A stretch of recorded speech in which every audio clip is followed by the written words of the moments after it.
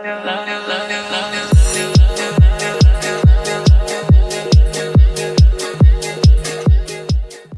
की इस वीडियो में हम लोग सिंगल इनहेरिटेंस और मल्टी लेवल इनहेरिटेंस को डिस्कस करेंगे। तो हमारे पास इनहेरिटेंस बेसिकली होती क्या है? इनहेरिटेंस हमारे पास ये होती है कि किसी एक क्लास की प्रॉपर्टीज यानी कि जो उसके एट्रीब्यूट्स और जो उसके फंक्शंस हैं उसको हम किसी दूसरी क्लास के अंदर यूटिलाइज कर सकते हैं थ्रू इनहेरिटेंस। किस तरह से कर सकते हैं हम लोग यहाँ पे प्रैक्टिकली करके देखते हैं। यहाँ पे मैं एक क्लास बना लेता हूँ, क्लास पर्सन के नाम से,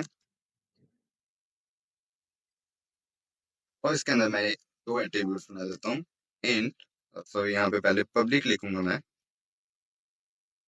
और उसके बाद मैं यहाँ पे लिखूंगा इंट एज और स्ट्रिंग नेम।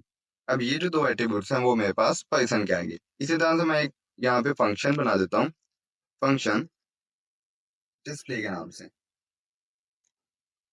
और यहाँ पे मैं एक सी आउट की स्टेटमेंट लिख देता हूँ, सी आउट नेम, और यहाँ पे मैं लिख देता हूँ नेम, और फिर मैं लिखूंगा यहाँ पे एज, और यहाँ पे मैं लिख देता हूँ एज, और उसके बाद मैं यहाँ पे लगा देता हूँ एंटर, और यहाँ पे सेमीकोलन लगा देता हूँ। यहाँ पे ए को मैं छोटा कर देता हूँ। अब ये मेरे पास एक पर्सन की क्लास बन गई है जो कि अभी तक हम लोग बनाते हैं। क्या कहते थे हम लोग? एक क्लास बनाते थे, उसके कुछ एट्रीब्यूट्स होते थे और उसके कुछ फंक्शन होते थे, यानी उसके कुछ मेथड्स होते थे। अब हम लोग देखते हैं सिंगल इनहेरिटेंस के साथ होती है। अब हमारे पास एक एम्प्लॉय है, यहाँ पे मैं एक क्लास बना देता हूँ एम्प्लॉय के नाम से। अब एक एम्प्लॉय जो है वो मेरे पास पर्सन तो लाजमी सी बात है होगा, तो मैं क्या करूंगा यहाँ पे एम्प्लॉय को इनहेरिट करूं, ये मैंने यहाँ पे कॉलन लगाया, उसके बाद पब्लिक लिखा, और उसके बाद पर्सन लिख दिया। इससे क्या हुआ कि अब जो पर्सन के अंदर ये जो फंक्शनैलिटी थी, नेम एज और डिस्प्ले, ये तीन चीजें थी पर्सन के अंदर, ये मेरे पास एम्प्लॉय के पास इनहेरिट हो गई हैं। यानी कि एम्प्लॉय के लिए मुझे अलग से ये तीन प्रॉपर्टीज नहीं बनानी पड़ेंगी। सिंपली मैंने एम्प्लॉय को पर्सन से इनहेरिट कर लिया और ये तीनों प्रॉपर्टीज ऑटोमेटिकली एम्प्लॉय के पास आ गई। अब मैं यहाँ पे क्या करूंगा, एम्प्लॉय की बाकी जो प्रॉपर्टीज है उनको यहाँ पे मैं डिफाइन करूंगा। मैं यहाँ पे लिखूंगा पब्लिक, और एम्प्लॉय के पास एक्स्ट्रा क्या होगा, मैं यहाँ पे सिर्फ एम्प्लॉय आईडी ले रहा हूँ, जो कि पर्सन के पास तो नहीं होगा। एम्प्लॉय के पास एम्प्लॉय आईडी होगी, हाई पर्सन एम्प्लॉय तो नहीं हो सकता। मैं यहाँ पे लिखूंगा int E M P ID और सेमीकोलन, और इसी तरह से मैं यहाँ पे एक फंक्शन बना देता हूँ जो कि इस एम्प्लॉय आईडी को यहाँ पे डिस्प्ले करेगा। Void E M P display के नाम से फंक्शन बना दिया, और इसके अंदर मैं एम्प्लॉय की आईडी को डिस्प्ले करा दूंगा, सी आउट एम्प्लॉय आईडी इज, और यहाँ पे मैं ई एम पी आईडी लिख दूंगा, और यहाँ पे मैं एंटर लगा दूंगा, और सेमीकोलन लगा दिया मैंने यहाँ पे। अब मेरे पास एक एम्प्लॉय की क्लास बन गई जो कि इनहेरिट हो गई है पर्सन की क्लास से, यानी कि एम्प्लॉय जो है वो पर्सन भी है, यानी कि उसके पास पर्सन की सारी प्रॉपर्टीज भी हैं, और उसके पास अपनी कुछ सेपरेट प्रॉपर्टीज भी हैं। जैसा कि उसके पास एम्प्लॉय आईडी है और एक उसके पास ना एम्प्लॉय डिस्प्ले का फंक्शन है जो कि हाई पर्सन के पास नहीं है। तो अब मैं यहाँ पे एम्प्लॉय का एक ऑब्जेक्ट क्रिएट कर लेता हूँ अपने मेन फंक्शन के अंदर। मैं यहाँ पे एम्प्लॉय क्लास का एक ईएमपी नाम से एक ऑब्जेक्ट क्रिएट कर लेता हूँ। ईएमपी डॉट अगर मैं यहाँ पे करूंगा तो मेरे पास बहुत सारी चीजें आ जाएंगी, जैसा कि एज आ जाएगी, डिस्प्ले आ जाएगा, एम्प्लॉय डिस्प्ले आ जाएगा, एम्प्लॉय आईडी आ जाएगा, नेम आ जाएगा। अब मेरे पास एम्प्लॉय के पास पर्सन की सारी प्रॉपर्टीज इनहेरिट हो चुकी हैं, यानी कि एज जो थी वो मेरे पास बिलोंग कर रही थी पर्सन वाली क्लास से। लेकिन जब मैंने एम्प्लॉय को यहाँ पे इनहेरिट कर लिया पर्सन से, तो पर्सन की जितनी भी चीजें थी वो एम्प्लॉय के पास ऑटोमेटिकली आ गई। अब मैं इस एम्प्लॉय नामी ऑब्जेक्ट की मदद से उन सारी चीजों को एक्सेस कर सकता हूँ। यहाँ पे मैं डॉट लगाता हूँ, यहाँ पे सबसे पहले मैं नेम सेलेक्ट कर लेता हूँ, और नेम इक्वल्स टू एम्प्लॉय कर देता हूँ मैं अभी के लिए,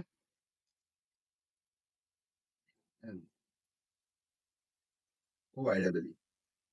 और इसी तरह से मैं एम्प्लॉय की कुछ एज सेट कर देता हूँ, age which is equals to let's say 20, और इसी तरह से एम्प्लॉय डॉट एम्प्लॉय आईडी अगर मैं यहाँ पे सेट करूँ तो मैं कुछ कह देता हूँ यहाँ पे 1 2 3 के मैं यहाँ पे एम्प्लॉय की आईडी कुछ सेट कर देता हूँ यहाँ पे। अब मेरे पास जो एम्प्लॉय है उसका नाम भी सेट हो गया, उसकी एज भी सेट हो गई और उसका आईडी नंबर भी सेट हो गया।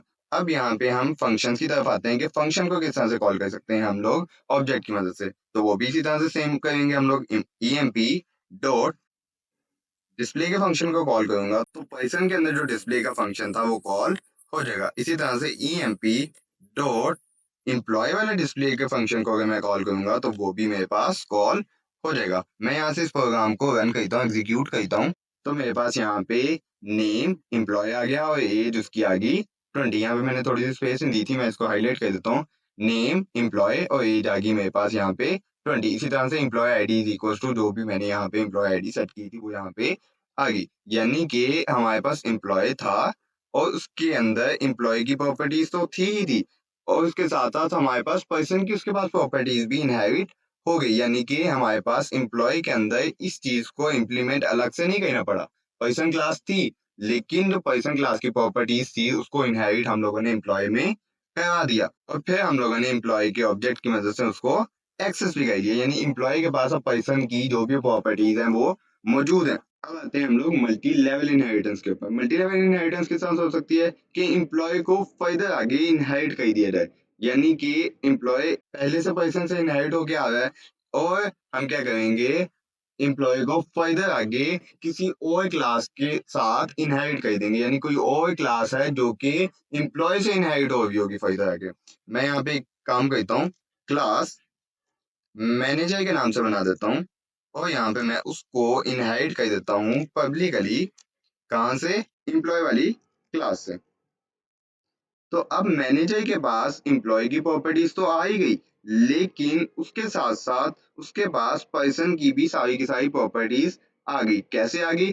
क्योंकि हमारे पास मैनेजर के पास जैसे ही एम्प्लॉय आया तो एम्प्लॉय के पास ऑलरेडी पर्सन था ही, यानी कि पर्सन की सारी प्रॉपर्टीज एम्प्लॉय के पास थी। तो एम्प्लॉय के पास चूंकि पर्सन की सारी प्रॉपर्टीज थी तो मैनेजर के पास भी वो प्रॉपर्टीज आ गई। यानी मैनेजर एम्प्लॉय भी है और एम्प्लॉय फर्दर आगे पर्सन भी है। यानी कि मैनेजर जो है वो हमारा एम्प्लॉय से इनहेरिट हो गया है और जो हमारा एम्प्लॉय है वो हमारे पर्सन से इनहेरिट हो गया।